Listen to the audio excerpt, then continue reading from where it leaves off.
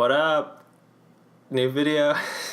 Hey everyone, so usually I post these kind of videos on my second channel, but I thought I might as well just post it on my first, because what ends up happening is I post for like 1 or 2 days on the second channel, but then I don't post again for 6 months. Oh yeah, the topic for today is going to be self-consciousness.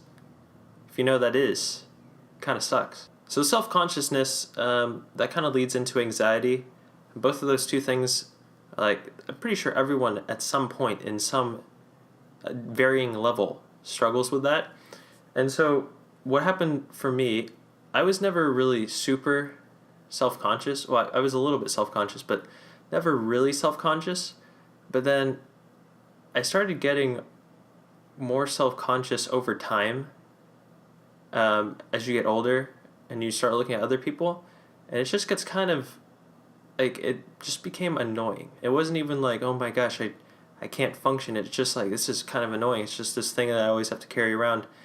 And I wouldn't say I'm completely over self-consciousness or anxiety or anything like that, but I kind of curbed it in doing some different things. So the self-consciousness I'm kind of speaking about is when you do like a presentation in class or public speaking, or just speaking in general. I would always get really nervous. I can remember in German class one time, I had to go up in high school. I think I was like a sophomore, and I was just kind of like some little scaredy kid. And I had to go up and read something out, and it freaked me out so much. I started doing this thing I can remember vividly. I got so scared, I started like talking while chewing on my finger like this. And it was probably the weirdest thing anyone's ever seen. And I don't know why I got so scared doing that, but like, that was one of the most terrified moments I've ever had in my life. And it was just because I was reading something in front of the class. Also that same year, in my English class, so speaking English, you know, the native language, my native tongue, a similar thing happened where we had to write a certain paper. It was like a story. We just wrote a story. Then we had other people read it, and then, so like we had a partner read it, and then the teacher said, all right, who had the best ones? Like, who had partners who had a really good story? And then my person said, oh, he had a good story. So then this teacher, who I really didn't like, she would have students make coffee for her.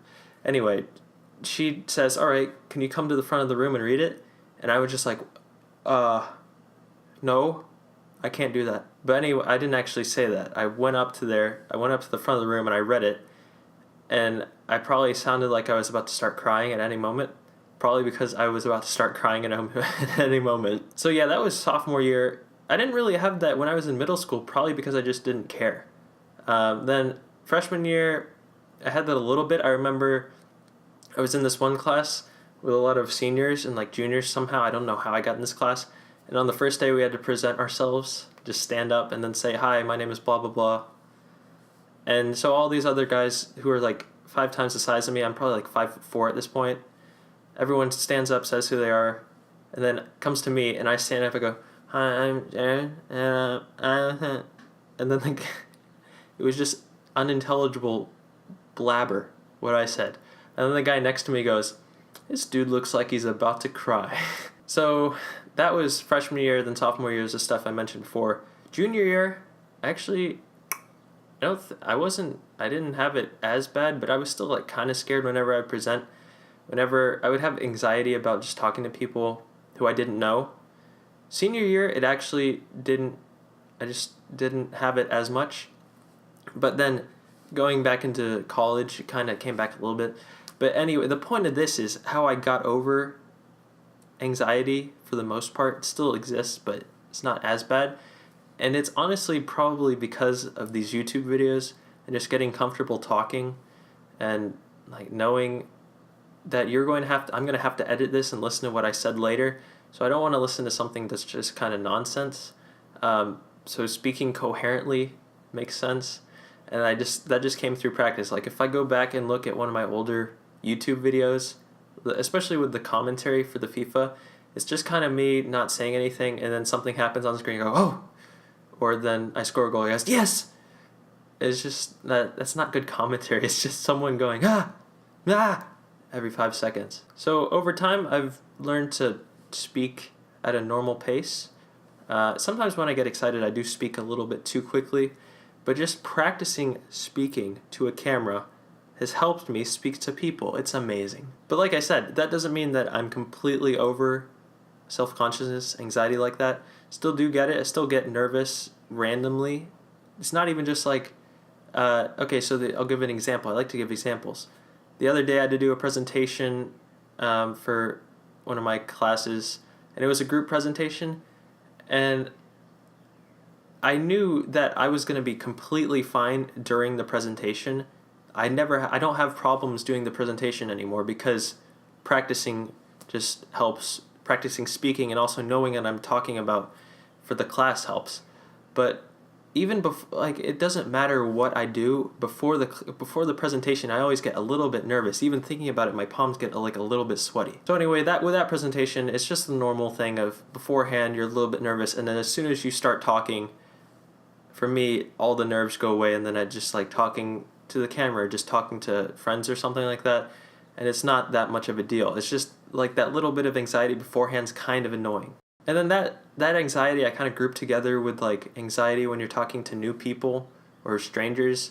That also has kind of gone away for me, but it still exists to a little amount. And also, I should probably mention that speaking in a foreign language for me has also helped significantly with not being nervous when speaking English, because it's kind of like this coach that I knew. He would coach cross country, and his thought process was, if you're training for a 5K run, what you really should do is practice running for a 10K, because if you can do the 10K, then a 5K is just half of that. It's so much easier.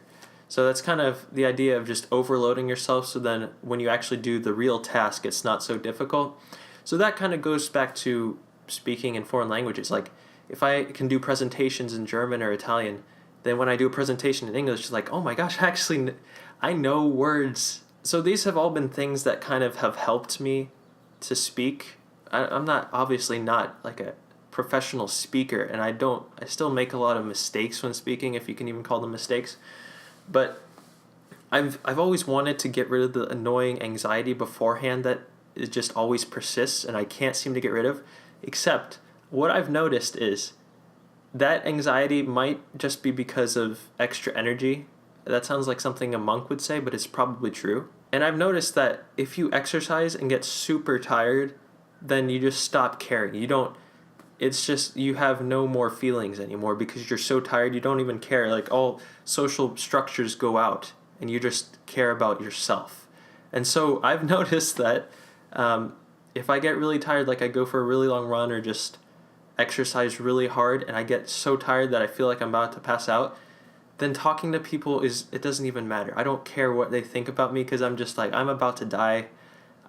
I'll talk to you, but I'm probably gonna die. It doesn't even matter. And then it's a weird high that lasts after you exercise, for me, at least for me. And so for the rest of the day, I won't even care. Like if I go to a store, sometimes it's not like I'm scared to talk to the person owning it, but I just don't really want to.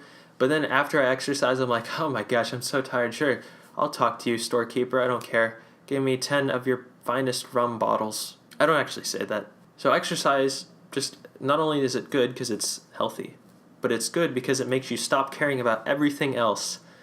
Maybe that's not a good thing. I don't know. I consider it a good thing. Anyway, that's pretty much that video. If you liked it, like and subscribe. I might do more of these if you guys actually enjoy it. You could give me topics to talk about. I don't really want to just do FIFA anymore. It's kind of boring. We're at that point in the FIFA series where it's just like, there's only so many times you can go, oh, man, FIFA, you know what? This game isn't perfect.